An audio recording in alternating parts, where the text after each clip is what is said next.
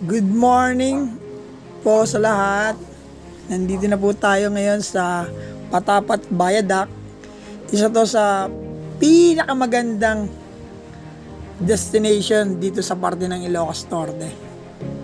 Dahil sa haba nitong almost 2 kilometer, marami ritong turistang nagpapapicture, mga riders na nagpupunta lang para lang dito sa haba ng tulay na to, ang pinakasikat na Patapat Bridge, Patapat Viaduct sa Ilocos Norte. Ito rin ang isa sa pinakadinarayo bukod sa beach, sa malalaking windmill dyan sa paligid ng Ilocos Norte. Isa siya talaga. Nagawi tayo rito kasi nagpunta tayo ng Punta Azul Beach. So dinaanan na rin natin to para naman ma-experience din natin itong pagdaan dito sa Patapat Beach.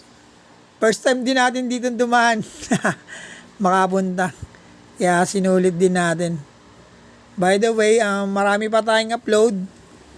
So guys, don't forget to subscribe and follow my channel, Maki View TV. Mukhang matagal na akong hindi nakapag-upload. Sana nag-enjoy kayo. Ayun, salamat po. And see you to my next vlog. Yes. Babu.